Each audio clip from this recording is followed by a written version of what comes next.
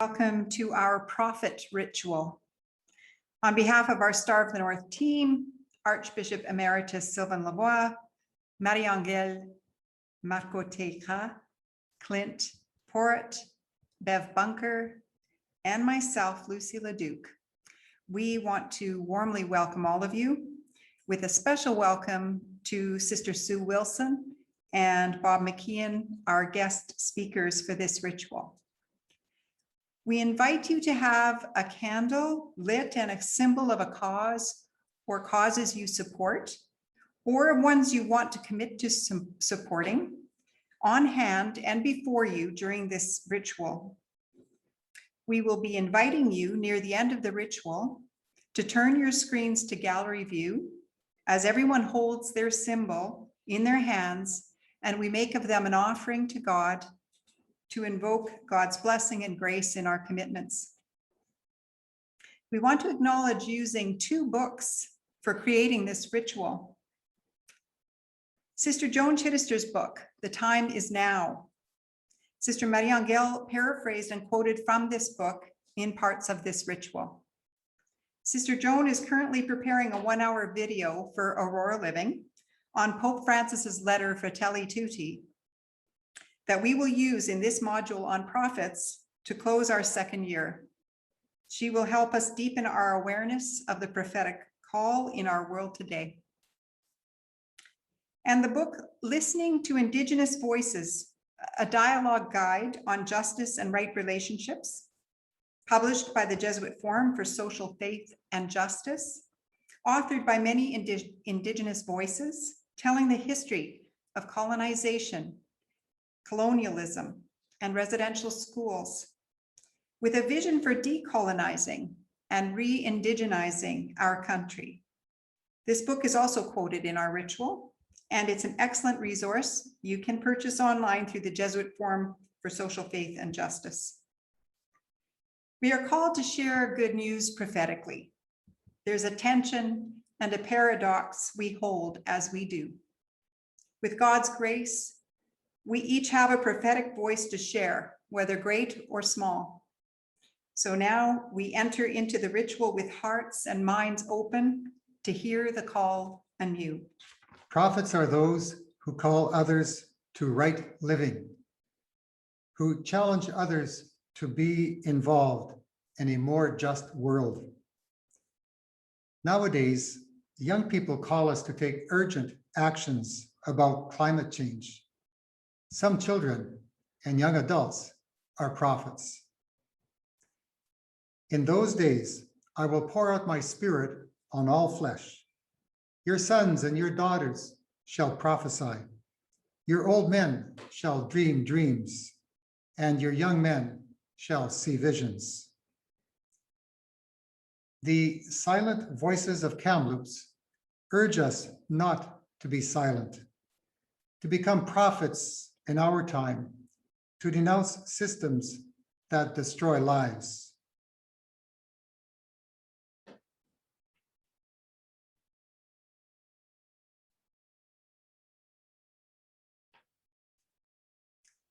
We will observe 215 seconds of silence in memory of the children of Kamloops, joining the national grief, especially of our Indigenous peoples.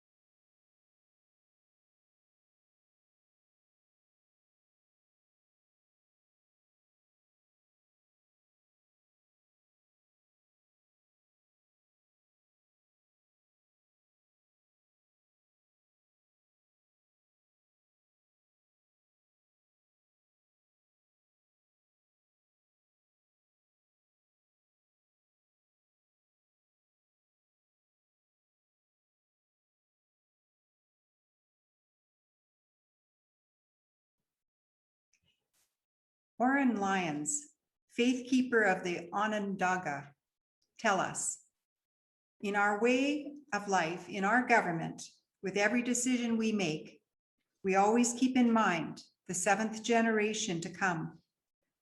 It is our job to see that people coming ahead, the generations still unborn, have a world no worse than and hopefully better than ours. When we walk upon Mother Earth, we always plant our feet carefully because we know the faces of our future generations are looking up at us from beneath the ground. We never forget them. Laudato Si, number 159. We can no longer speak of sustainable development apart from intergenerational solidarity. Once we start to think about the kind of world we are leaving to future generations, we look at things differently. We realize that the world is a gift we have freely received and must share with others.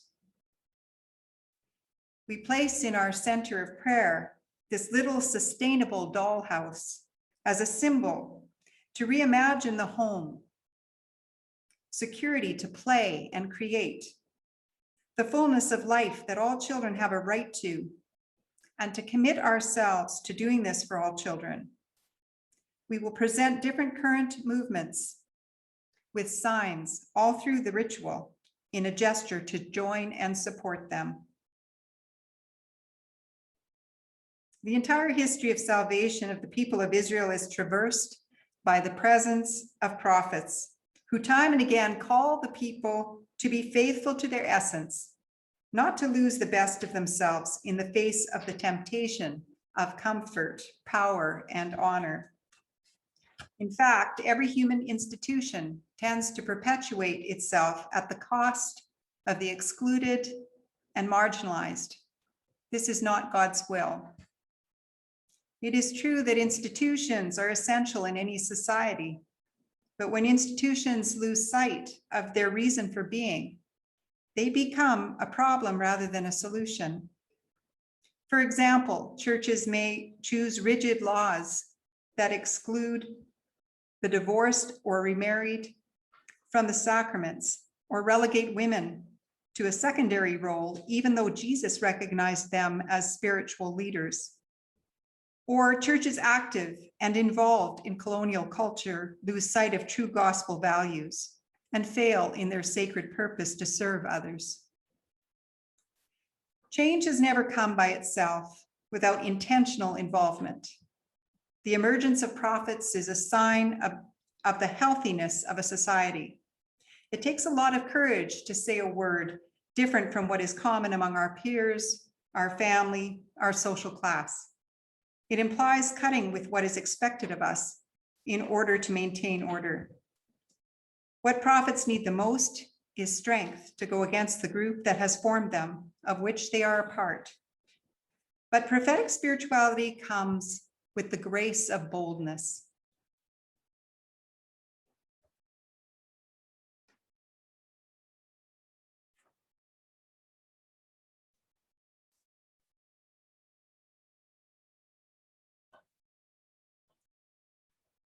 It is impossible not to see the injustices we live with. The first step is to look, to make a reality invisible as a way of making the protagonist important. We live in a time when the well-being of all life on earth is under threat. The Jesuit Forum document says, despite and at times because of economic growth and technological progress, our world is in crisis. Climate change and rapid biodiversity loss are compromising the planet's sustainability, while rising inequalities are preventing the majority of humanity from having access to basic rights and sustenance. Conflicts, poverty, and climate change are triggering refugee movements. Political extremism is challenging democracy and international collaboration. The ongoing realities of colonialism, racism, anthropocentrism, and patriarchy continue to circumscribe our imagination and actions. I am a woman, and my place is in the home, and my home is a whole wide world.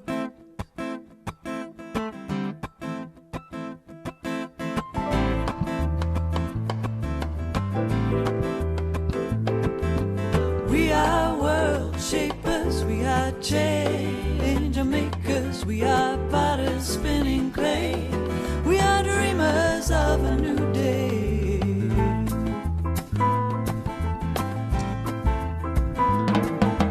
We are asking questions, we are opening up the door, we are searching, finding answers, we are wisdom seeking more. Rabbi, singer, teacher, professor, poet, preacher, driving buses, styling hair. We are everywhere. We are women. We are sweeping the heart. We are dreaming in the dark. We are weaving at the loom. We are the rhythms of the moon. We are world shapers. We are change makers. We are tenders of the earth. We are women giving birth.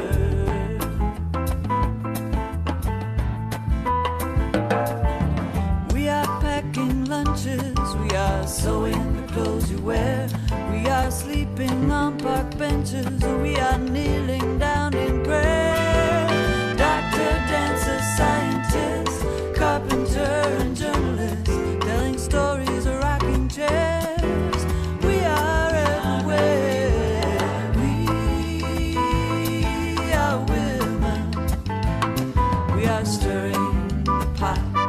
We are keeping the fire hot. We are holding a child's hand. We are the rhythms of the land. We are world shapers. We are change makers. We are potters spinning clay. We are dreamers of a new day.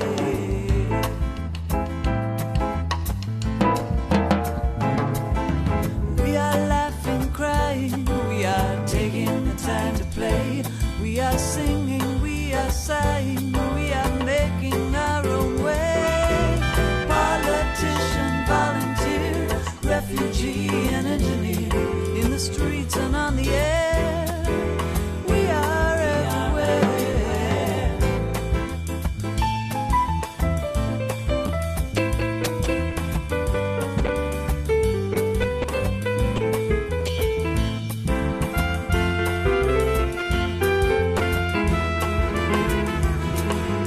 We are world shapers, we are change makers, we are potters spinning clay, we are dreamers of a new day. We are rule breakers, we are home makers, we are healers of the earth, we are midwives at the birth. We are women, and our place is in the home, and our home is a whole wide world.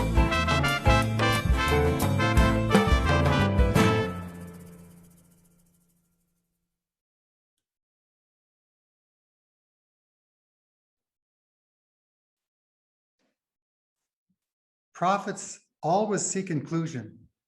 Integration can only come if we start from the most excluded, from their real needs. In order to advocate change, the first step is to have vision. Without vision, there is no path to take. The audacity to imagine a different world is what gives way to the notion of what is desirable and feasible. Prophets always have to face the voices calling for the status quo, the pressure not to disturb the order. But the pretense of the middle ground does not fit with justice. It simply lets things continue in the dynamic that favors the powerful, at most with some charitable tinge. But as we are warned by Benedictine Sister Joan Chittister, charity without prophecy can serve only to make the world safe for exploitation. Now I'd like to invite Sister Maria Angel to come and introduce our first speaker.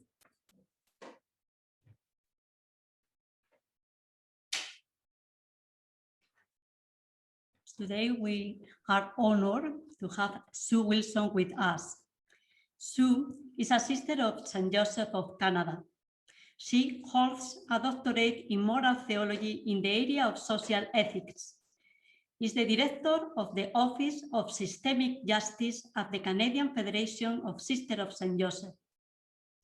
She advocates on a variety of initiatives: global issues on poverty reduction in Canada, climate change and environmental issues, migrant workers, anti-human trafficking and women's issues. In fact, she received the 2014 John Robinson Award in London, Ontario, for outstanding achievement in ending violence against women. Congratulations, Sue. In all areas, Sue advocates for a systemic approach for change which has far-reaching implications. At the core, systemic justice is about transformation or deep change. She and her congregation strive to integrate contemplation and justice by focusing on the connection between the change that is needed in the world and the change that is needed in ourselves. Thank you, Sue, for being with us. The word is for you. Thank you. You know much more about me than I realized, so thank you for that kind introduction. If I can, I'd like to begin by acknowledging that I live and work on the traditional lands of the Anishinaabe, Haudenosaunee, Lenapehoik, and Attawandaron peoples.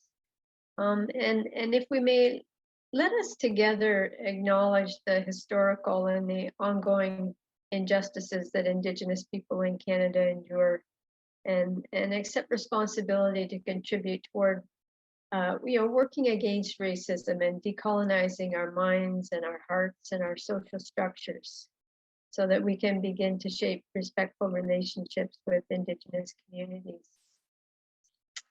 As was mentioned, I work at the Office for Systemic Justice, and I think one of the things I value most in the prophets is the way that they look so unflinchingly at their society, and then they draw out the social, the economic, and the religious patterns that they see. You know, for example, the prophet Isaiah tells the people that their ritual sacrifices are meaningless because of the injustices they commit, and reminds them that what God seeks is compassion and justice. You know, I think if the prophet Isaiah were around today, he would have a field day. Just think about some of the patterns he might call out. You know, even just a quick look at our world shows a whole series of social, political, economic, and planetary imbalances that are creating this collision of crises. You know, think about global inequality. The world's richest 1% have more than twice as much wealth as 6.9 billion people. And as a result of the pandemic, poverty is increasing quickly in many low-income countries. It's reversing hard-won gains that have happened over the last few decades. You know, and then we look at the global vaccination distribution. It's one more example of long-standing patterns of inequity. And while the pandemic rages, there are still record numbers of people who continue to be forced from their homes, whether it's by conflict or by other crises. You know, and think about what we've seen in Canada, how clearly the social and economic fallout from the pandemic has been exacerbating slow burning structural injustices. You know, think of gender inequity, structural racism, precarious work, the exploitation of migrant workers. And as you mentioned in the reading from the Jesuit Forum there, It's all happening in that context of climate change, loss of biodiversity, and environmental pollution. So I think that if it were up to us, the situation would be hopeless. But if I can return to the prophet Isaiah for a moment, one of his most powerful messages to the people is that God is present and acting in their midst, that God is bringing compassion and hope. And I think that God is always and everywhere saying what Isaiah quoted God saying in his book, I am about to create new heavens and a new earth. God is always saying that. Our task is to open ourselves to the grace that's offered in the here and now. Something we can only do if we're attentive and attuned to what's going on both in the inner world and in the outer world. I think this attentiveness is the key, because that's what enables us to wake up both to what's happening and to what needs to change. And for me, that's the place where prophecy and systemic justice intersect. Let me give you an example. As I was saying earlier, the intersection of crises has exposed so much social, economic, and environmental injustice. I think it can be tempting to just stop paying attention, to just find some safe corner of the world and hunker down for a bit. But the prophet is always saying, stay attentive, look with your eyes, your head, your heart, identify the transformation that's needed. And then a systemic approach to justice says, look at the interactions between these different crises to see where the interconnections are. Identify the root causes that lie underneath the interconnected patterns, because we need a transformation that can get to the heart of these crises, that interconnected heart, if you will. One of the ways that, issues like climate change, loss of biodiversity, colonialism, precarious work, migrant worker exploitation, one of the ways they're connected is the economy. The current economic model is rooted in a vision that sees all of creation, whether it's people, animals, land, trees, water, air, as raw material awaiting exploitation. And it's really important that we recognize that the same economic structures of production and consumption are at work, exploiting the earth, pushing people deeper into poverty. It's all for the sake of profit making. But the thing is that getting to a new economic model isn't just an economic task. It's also social, it's cultural, it's religious, it's spiritual, it's political, it's environmental. It needs to be rooted in a vision of an interconnected web of life. A vision that sees each creature valuable in its own right. And we need to see social and economic activities as part and parcel of our faith life. There are new economic models that are already being developed. If you're familiar maybe with the circular economy or donut economics, you know that they're already being applied at local and regional levels. All that's needed is the political will to take bold steps in these new directions and to do it on a much larger scale. And that's where the political voice of people comes into play, where our role as citizens becomes critical. Are we being attentive to the exploitation all around us so that we can be moved by grace to work for transformation? Are we ready to come together and call our politicians to a new social contract, a new contract with earth and each other, so that we can create new ways of being in relationship with each other? Think about it. What would you see as kind of the key cornerstones in a new social contract? Some of mine would be tax reform, investing in the care economy, stronger climate action, full implementation of the UN Declaration on the Rights of Indigenous Persons. But I think the bigger question and the bigger challenge is, how can we help people to see that this kind of policy work is at the heart of their faith? It seems to me that Jesus of Nazareth followed the path of the prophets, that he identified particularly with the vision of Isaiah. And I think we see that when he opens the scroll and reads from Isaiah at the beginning of his ministry. He saw love not only as interpersonal, but also as social, as economic, as political.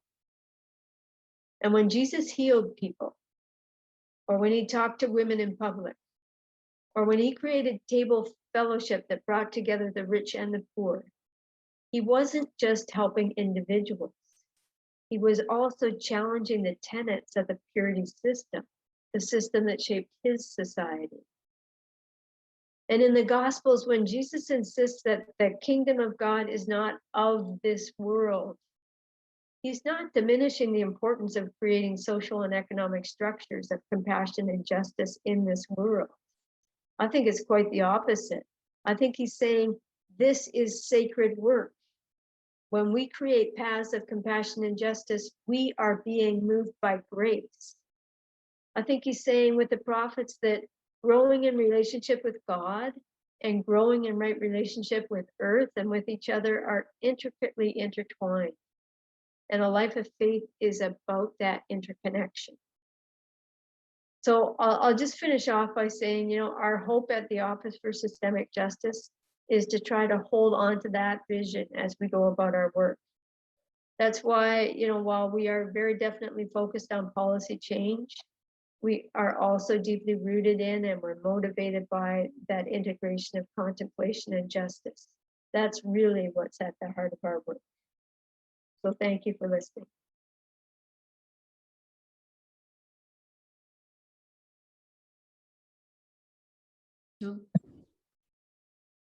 Thank you for doing and show so clear the connection among the little things and the big policies. And thank you for being with us this evening, that for you is very late. So we appreciate a lot your willing and your generosity to be with us. Thank you very much for your constant work.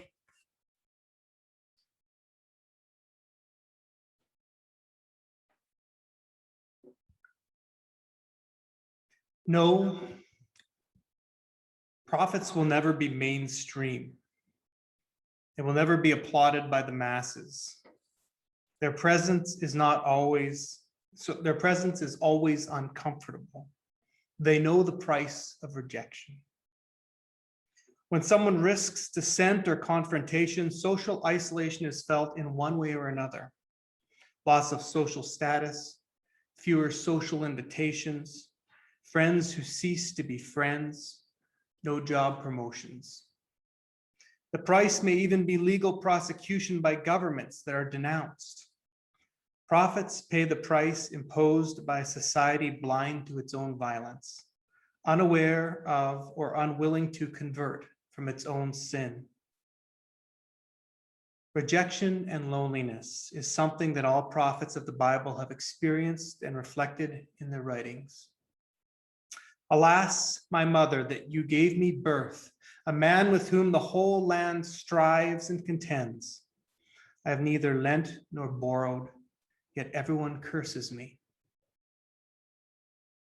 Every prophet passes through their own dark and purifying night, a time of grace to accept that all is in God's hands. It doesn't depend on our effort only. Success does not depend on our strength, our talents, our efforts. Everything is a process, and God works in us all through the process and in those to whom we are sent. All the time invested in group discussion has been time invested that has allowed the process to take place. The conversations are part of spiritual growth. People grow slowly, and all the while, despair threatens to silence us. The prophet doesn't give in to despair, and the slow work of God prevails. Then one day, the wall is taken down, idols are toppled, and songs of freedom are sung.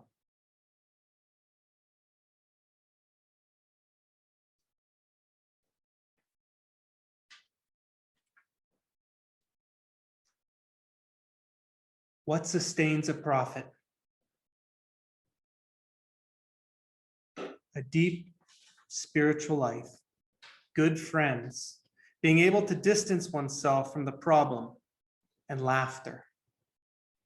Only immersion in God can offset the pressure of rejection. God is the companion that offers the consoling balm to the feeling of emptiness that comes with the loss of reputation.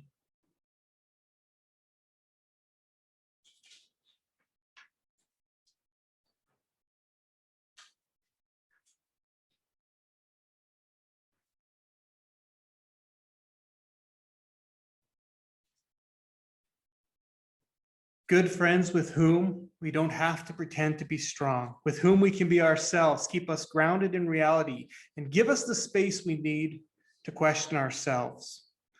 When affection surrounds us, the fear of failure fades. The regular distancing from the situation allows the prophet to remember that this is a part of life, and that beyond the problem, there are reasons to rejoice and sing to life. And finally, to laugh, the reset button of the heart that makes us ready to face life again with freshness.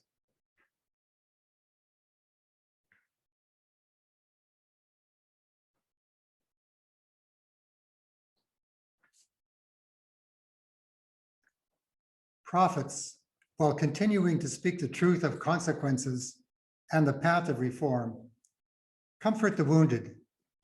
They get involved in improving people's lives. They do not remain in the distance, making good analysis and showing off with them. While they get involved in changing structures, they take action with others to improve the living conditions of the most disadvantaged groups so that everyone can have the resources they need to live so that life is a blessing and not a burden. I'd like to invite Maria Angel to introduce our next speaker.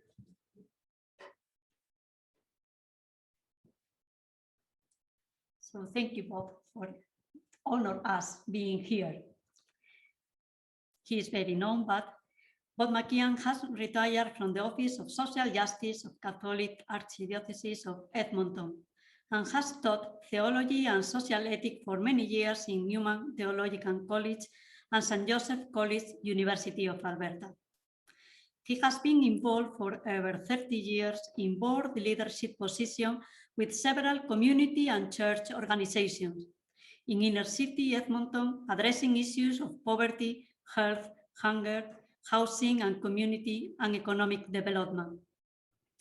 Overall, Bob is one of those people whose entire life speaks of integrity, who lives his faith in such an incarnated way that his life becomes a beacon for many, including me. Today, he is going to share some of his good experience of social commitment, but we can consider him prophet, not only for this experience, but for his whole life. Please. Thank you.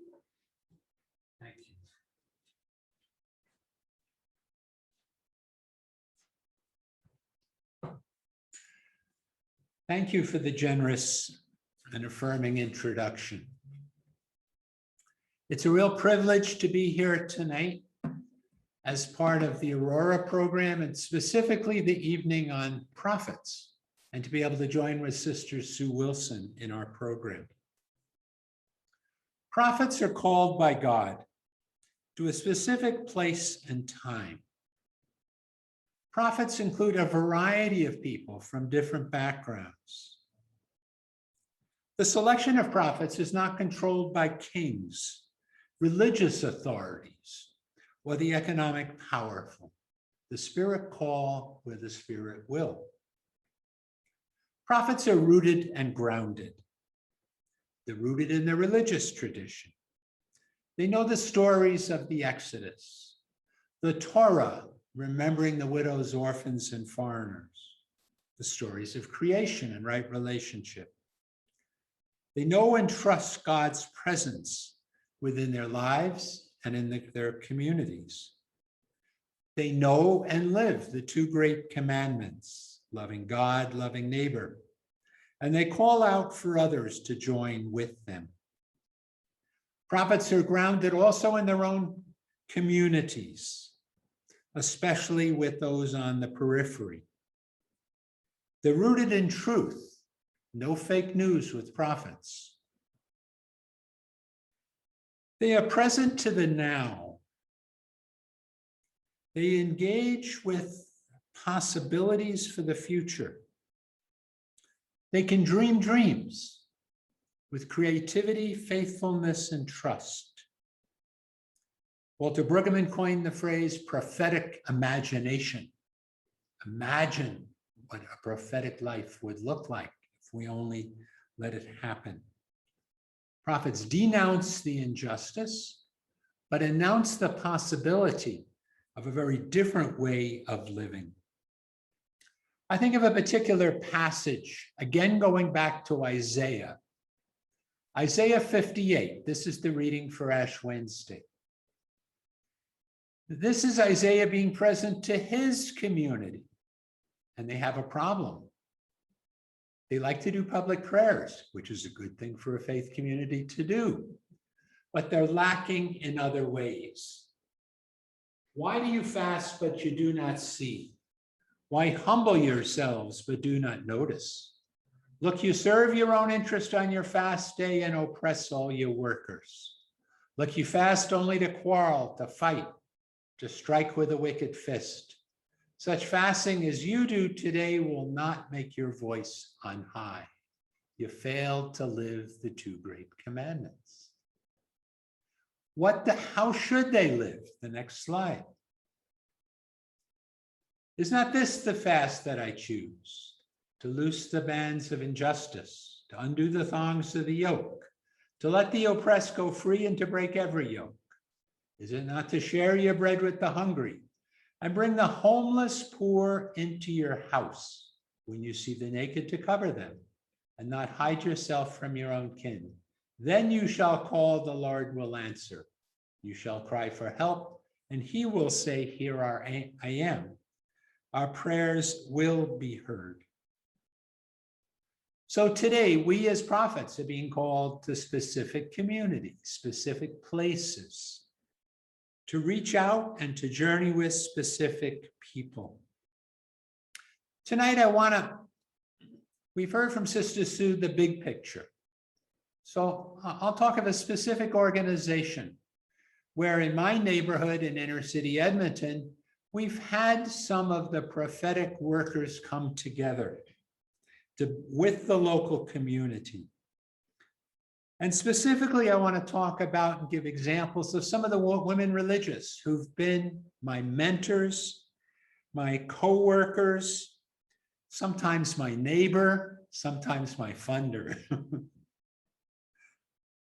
They come with an imaginative approach. Ordinary things assume new meaning, like how to use money, power, build community, participation. How do we use time?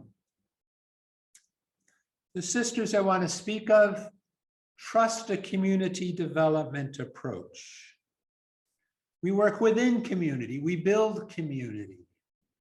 So much can happen when people can come together in right relationship. Looking at the basics as Isaiah told us, things like food, housing, healthcare. In my neighborhood, some of our key neighborhood agencies were inspired, led, facilitated by Catholic sisters doing a prophetic work. I think of our community health center with the medical mission sisters, Operation Friendship for Seniors with the Sisters of Providence, and several communities of sisters with Edmonton inner city housing. I only have a couple minutes, so I want to talk of one group. I'll start with a meeting in 1981 in the library in Marion Center in inner city Edmonton. It was a meeting I was part of. In fact, I helped call it. And the issue was homelessness in inner city Edmonton, an issue that unfortunately is still very much with us. And the challenge was, could we gather the community to build a community-based, affordable housing organization from our neighborhood? What do you imagine? About a dozen of us. We were able to pull together about $5,000. You can't build a lot of housing with that. But you can bring people together, hone a vision, and start small and grow. The initial visioning, one of the medical mission sisters who had done community development around the world, told us to spend the time, name our values, ground ourselves, be clear what we're doing, and to build an organization that would be faithful to those values. Early on, a sister of St. Joseph joined us and became our treasurer. Really important. And she was the local superior in the local community, but she had worked as a high school home ec teacher, knew how to handle accounts, knew how to get things done. And also at some very key moments was able to make some very timely donations. Those conversations led to a single local 4-bedroom old house for low-income people who had come with histories of mental illness and mental health. The Oblates helped with some money on that first house. Women workers in a local GWG plant used their union fund to help furnish the house. Once that kind of got running, looking at a 10-bedroom rooming house behind the Italian bakery. Again, beginning to reach out in need, starting small. From that experience, joining with others in public advocacy, and in the year of the homeless, in the 1980s, naming homelessness and issues that had to be addressed. Since it was the year of the homeless, the government of Alberta was convinced, or shamed maybe, into funding for a 24-unit building that's there to this day. That was successful and replicated by another within another couple of years. And to work in a way that involved the tenants in the management, participative support and management. 10 years later, after the government funding for programs, late 1990s, had disappeared, a sister of service who was on the board was able to do a significant donation for a Millennium Project that became important as the next step. If you go years later, the homelessness in Edmonton, despite much housing being put in place, became quite visible with Tent City, a squatters camp, just a couple blocks from City Hall. And out of that became outreach because it became clear that homelessness was not just an inner city issue. It had to go wider. And some of the neighborhoods that some of the outreach went into began to push back with NIMBY, not in my backyard. That's an inner city problem. It's not something that we want to address in our issues. And then a local Ursuline of Jesus worked with a local community and parish in one of the neighborhoods out that was experiencing the press of homelessness, but also the threat of projects moving in that would serve the homeless, and to mobilize the local parish around supports, allies, and moving to YIMBY, yes, in my backyard, and welcoming, important. Increasingly, the response to homelessness in Edmonton is moving out to all different agencies. Inner city housing that had been born in Marion Center realized with that name they would have great difficulty moving into other neighborhoods that didn't call themselves inner city. So they call themselves right at home housing. And on their website, from NIMBY to YIMBY, yes, in my backyard. Today, they house over 1,000 tenants in 25 projects. 40% of them are children. 70% are Indigenous. And they've been able to reach out in new and more creative way. A net zero, environmentally accountable, new housing project for recent immigrants. New, very creative partnerships for transition housing for Indigenous peoples. We started tonight with a reflection on children. Homelessness affects children, so very important. So if you go to the website of Right at Home Housing, there's a brief 2-minute video that shows what it means for young children to be able to move from homelessness to housing.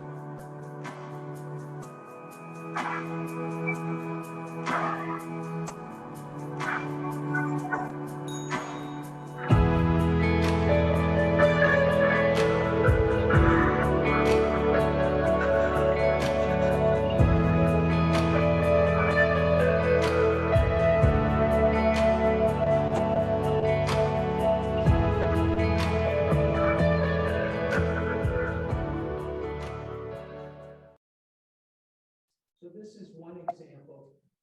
I realize my time. Where community has been able to come together.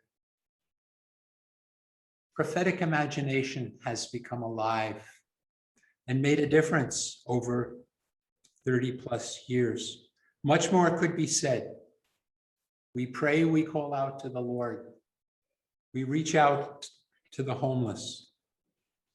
Welcome the homeless into our homes may be a challenge, but at least into our neighborhoods. YIMBY, yes, in my backyard. Imagine the possibilities in the present for a new future. Today, think of where we're engaged, the communities we're part of, and what that future might look like.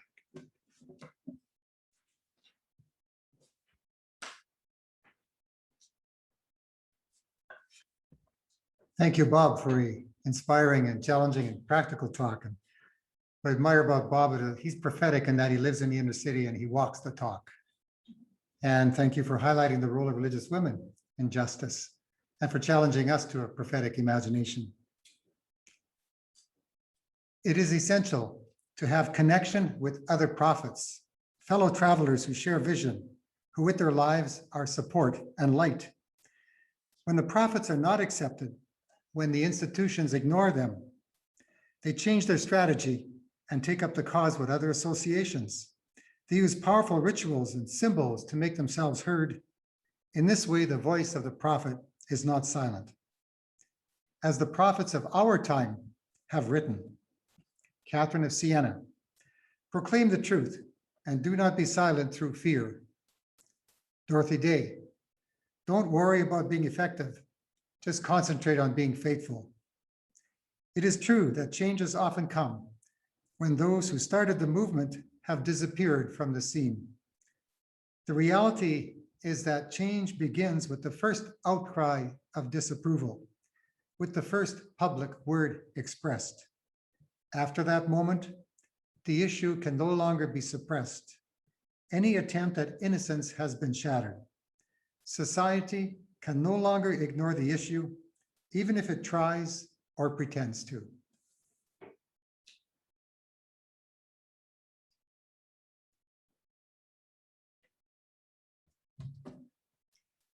Mystical language. Gustavo Gutierrez, Peruvian liberation theologian, wrote, expresses the gratuitousness of God's love. Prophetic language expresses the demands this love makes. The prayer of the prophets always has a social dimension. It will always be an incarnated prayer. They know well what they do and say, see and respond to day by day are the real seeds of their own sanctification. Prayer and prophecy are soulmates. Pope Francis reminds us of this in Laudato Si in number 231.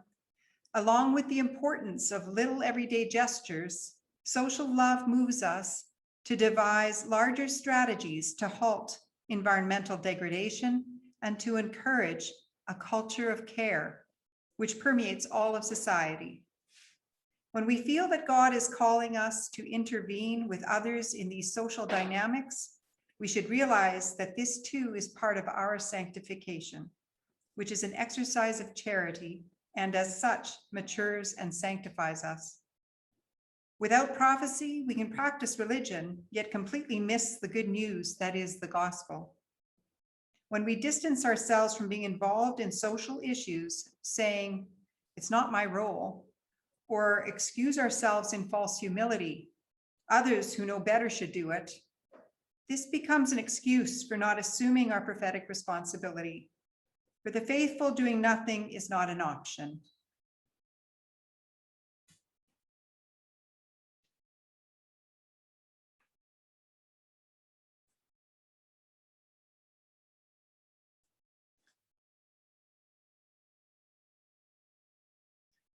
What we do about multinationals that take advantage of economic globalization to pay poverty wages in poor countries.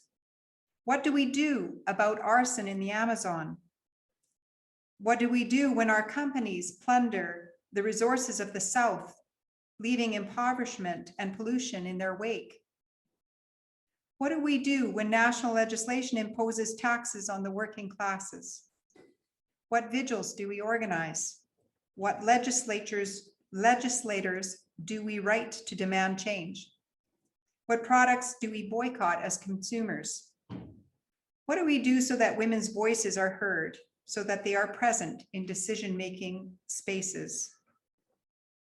He has told you, O mortal, what is good, and what does the Lord require of you, but to do justice, and to love kindness, and to walk humbly with your God.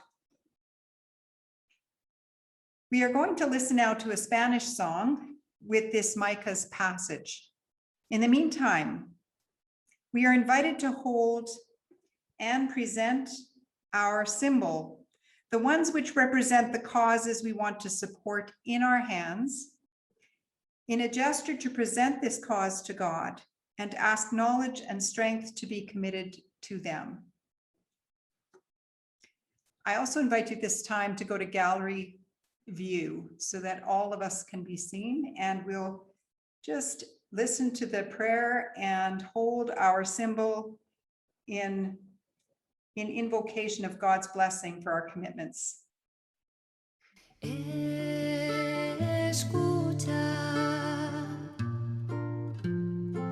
lo que el Señor te pide, es tan solo que practiques la justicia, es tan solo que ames con ternura, es tan solo que camines humildemente con tu Dios.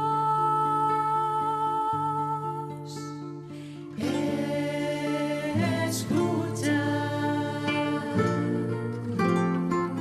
lo que el Señor te pide, es tan solo que practiques la justicia, es tan solo que ames con ternura, es tan solo que camines humildemente con tu Dios,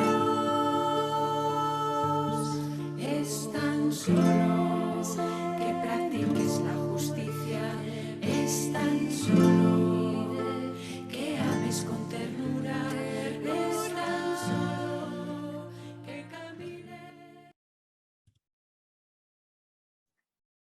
Every moment is a moral moment because every moment implies a decision. We are all called to be prophets so that others can have a better life thanks to us. To be a prophet is to follow the irrationality of the gospel, which challenged the powerful of the moment, which crossed limits, which was good news for the poor of the moment. It is to follow Jesus, who gave us an example of what it is to live outside the norms of society that has become exclusionary. Who did justice to the Samaritans, to the Romans, to sinners in the very face of injustice?